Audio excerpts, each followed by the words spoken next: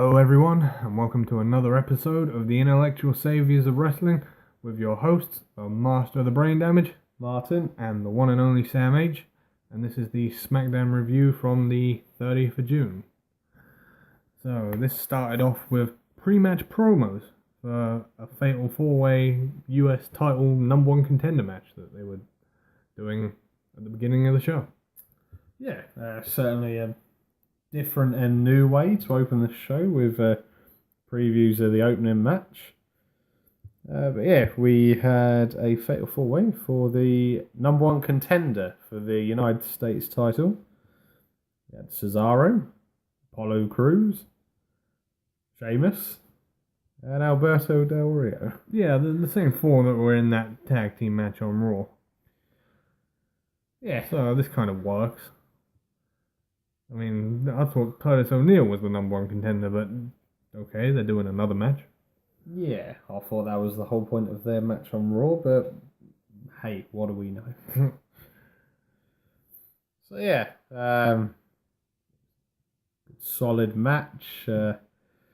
Lots of backwards and forwards, and your typical what you'd call triple team moves from Cesaro with the European uppercut to all three of the participants in the corners of the ring.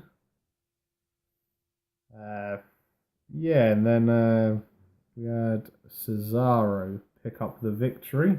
In the end, he made Del Rio submit. Different. Yeah, didn't go down well at all with Del Rio, who then proceeded to attack Cesaro after the match and then launch him into the ringside stairs. And another thing which I didn't really pick up on was that they announced that this match was going to be happening right after the number one contender match.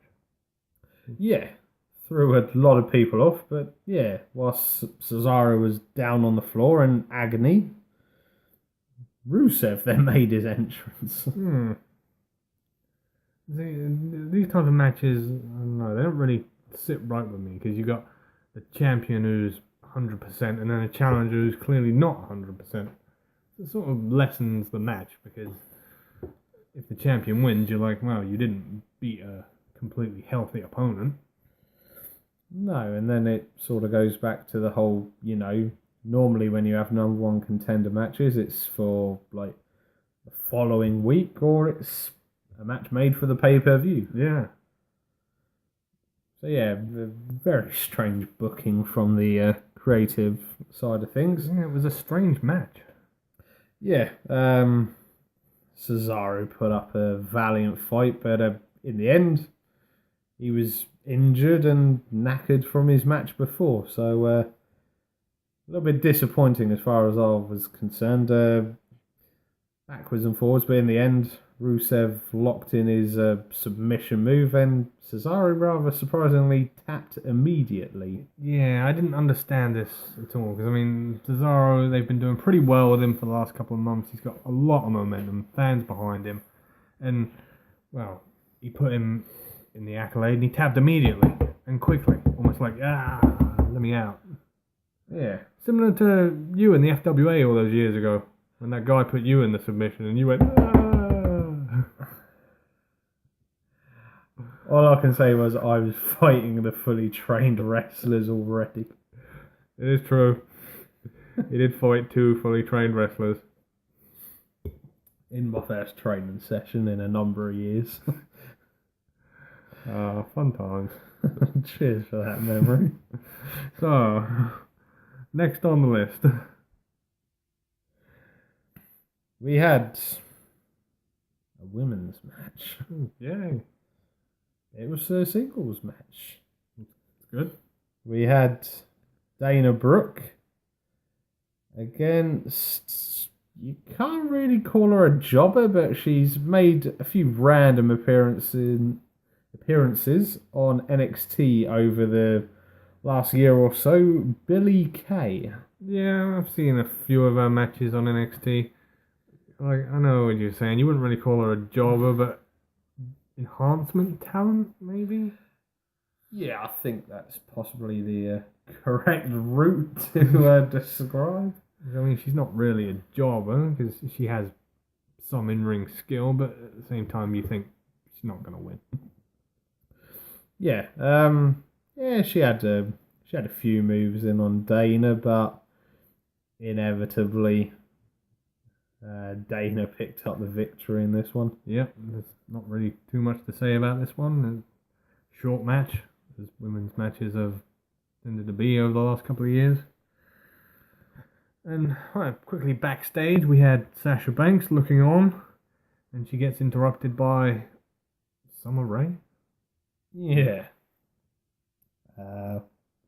It's going to come out how it says, but she's the only person on the roster who's possibly less talented than Eva Marie.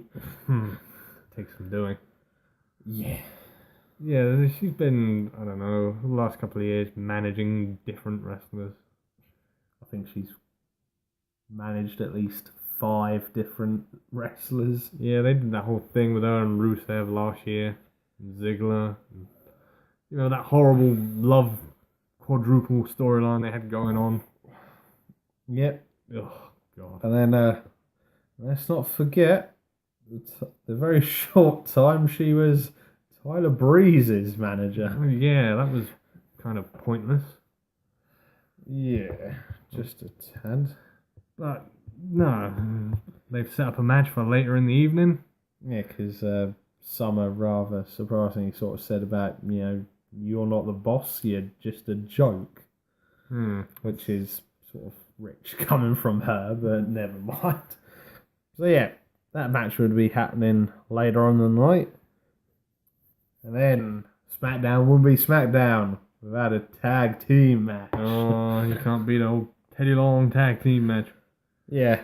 I believe we did get the names possibly announced, but they haven't really made them official. We had 2/3 of the Wyatt family. We had Eric Rowan and Braun Strowman against local competitors. Yeah, we'll just go with calling them that. Another team. This is jobbers. Make no mistake about it. These ain't trialists. This ain't enhancement talents. These two are jobbers. Yeah. 2 local wrestlers just come in to ask to do a job for one show. And it went exactly how you'd expect. Yep. Lasted a few minutes, if that, and it ended with Braun Strowman pinning both of the guys. Yes. Very predictable fashion. I think he slammed one guy on top of the other guy. Oh, I think probably the two of them combined don't weigh as much as one Braun Strowman. Yeah, pretty much. But no, then we got an appearance from our reigning WWE Tag Team Champions, The New Day. Yeah, doing a Bray Wyatt-esque video on top of the Titantron. We had Kofi with the black sheep mask. Yeah. Although, unfortunately, not authentic. They were blatantly from the WWE shop. I can confirm that. I have both of them, the white and the black sheep mask. And yep, definitely WWEshop.com merchandise. Yeah, the only thing I will say about these recent previews is I'm a little bit annoyed that they've been getting Xavier Woods to do these weird blackout moments and that when they're interacting with the New Day. And yeah, Woods was there, but he didn't really say anything, which annoys me because, don't get me wrong, all 3 of them can talk on the mic, but I don't know why, but I just tend to find Xavier Woods that little bit more entertaining on the mic. Yeah, he's definitely got a charisma about him. But now he's playing the role of what you'd call the scared person in this 6-man triumphant. Yeah, and they done a little promo on Bray Wyatt always talking about fear, but what's Bray Wyatt scared of? I believe Big E said that maybe he's scared of women with big booties. Oh my god. I can understand why that would scare any man. I mean, there's one thing you don't want in your face, it's a big fat booty. So yeah, and then that very quickly got turned into a little comical joke, and then yeah, it was sort of the whole, you want to fight us, bring it. Yeah, I mean, this is a completely different direction than I was expecting for the tag team division, but Wyatt Family versus the New Day is different. It hasn't been done before. I'm interested to see where they go with this. Yeah, so I have a feeling we may be finding out at Battleground. Yeah, hopefully. So yeah, we'll see in the coming weeks how that one escalates. Next on the list. I believe, possibly before, I can't remember if it was before or after the match we just spoke about. We had, unfortunately, the latest episode of Miz TV. Oh, I hate Miz TV. And the Miz's guest this week was none other than our WWE champion, Dean Ambrose. Yay! Dino! So yeah, the Miz, as always, talking away to himself and loving the hearing his own voice. Oh. But then he quickly got interrupted by Dean, much to his annoyance. Yeah, Dean eating a sandwich. Yeah. Yes, he came out not with a cup of coffee. No. He had a sandwich on him this time, and the Miz just went on a rampage about how dare he interrupt a movie superstar and all the rest that we've been hearing Miz say for the last 5 or so years. And then it sort of escalated into a potential punch-up face-off. Yeah. Miz took off his 3-piece suit jacket. Oh, God. And then Dean decided to pick it up and rub all the sauce off of his mouth onto the Miz's jacket. Yeah, this is what he gets for insulting Mitch. Nobody insults Mitch. Yeah. That potted plant was awesome. So yeah, Maurice was pretty disgusted by it. And then she chucked the jacket back at Dean, and as it was sort of around his head area, the Miz then proceeded to boot him in the head. And then somehow out of that, it got made a match for later on that night. Yeah, you see, I didn't agree with the ending of the Miz TV. 'Cause, I mean, Dean Ambrose is the WWE champion. Did you notice? They're no longer saying World Heavyweight. Brand split alert. Yeah, is the big gold belt coming back? Are we going to get a different World Heavyweight Championship? Or are we all going to get what we really want? What's that? The return of the Undisputed Championship. Nah. Oh, that belt was awesome. A man can hope, but that belt is well and truly a thing of the past. Yeah. Although I do have a real one under my bed. You do. And I do believe it came with a JBL nameplate. Yep, I've got 2 nameplates, a JBL one, a blank one. It is my favourite belt. Yeah, it was definitely one of the better ones. No, I wasn't happy with the way Miz TV ended. Dean Ambrose as your champion should not be being made the better of by the Miz. No, and the Miz was trying to basically put over about the Intercontinental title was more prestigious than the WWE Championship. Yeah, it might have been back in the late 80s, early 90s. But it's not today. But in recent years, it's been severely devalued. Yeah. And it's been a prop for a long time. Yeah, unfortunately so. So, yeah, we would then find out that would be our main event for tonight's episode of Smackdown. The Miz versus Dean Ambrose. But before that, we had the second women's match of the evening between Summer Rae and Sasha Banks. Yeah, despite all the build-up in that backstage, Summer Rae got the typical jobber's entrance. She was already in the ring by the time it came back from their good old commercial breaks. And Sasha came out. Summer Rae got a cheap shot in and then started proclaiming that she was the boss and all this rubbish. Then she got a few hits back from Sasha. It was a little bit backwards and forwards for a few minutes, but then inevitably the boss took over the match. Yeah, as you'd expect. 'Cause, I mean, Summer Rae has no business beating Sasha Banks or anyone of potential value in the company. No, I mean essentially, she's a jobber in the company. She's just a heel for people to face when it's face going up against someone. And it was no surprise to see her tapping out to the Banks statement. Yeah, at the end of the match.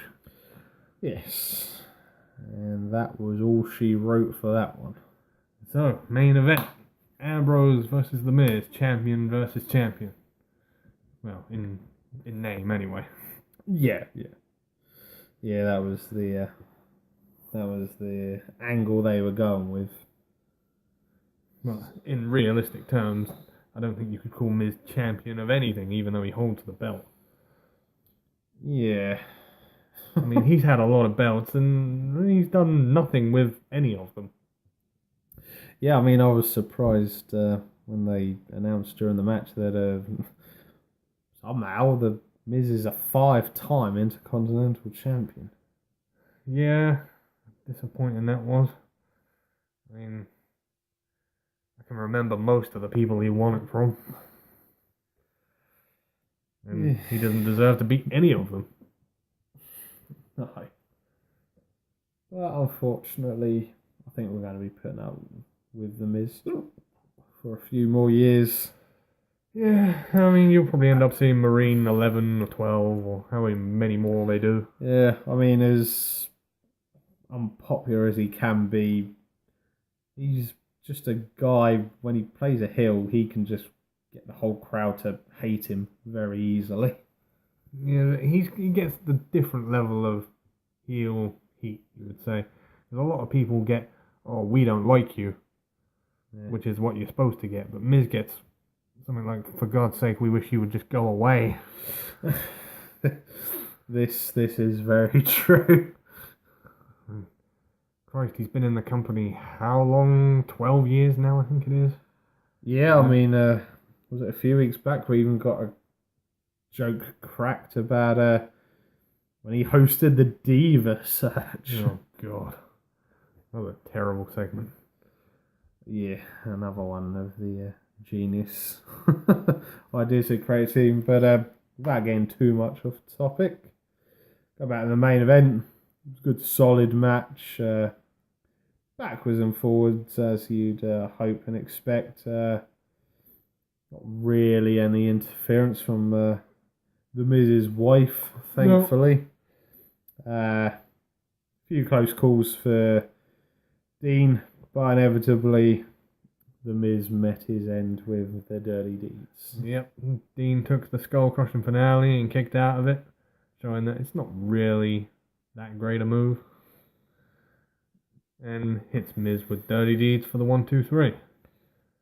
Yeah, as you would expect, WWE champion, top title, should be winning against guys like The Miz. Yeah, and that pretty much closes the chapter for that one. Yeah, so hopefully this leads to more promising things, including Miz maybe losing the title somewhere down the line. Interesting to see who he may face for the title. Will we see another return from Demon Kane? Yeah, I don't think that one's quite over yet. I mean, I think that Miz and Kane might be a stopgap feud for now until SummerSlam, when they plan something else. Yeah. But we will see. Yep. So, that about wraps things up for the Smackdown review. From your hosts, the Master of the Brain Damage. I've been Martin. And the one and only Sam H. We will see you on the next one. Peace out.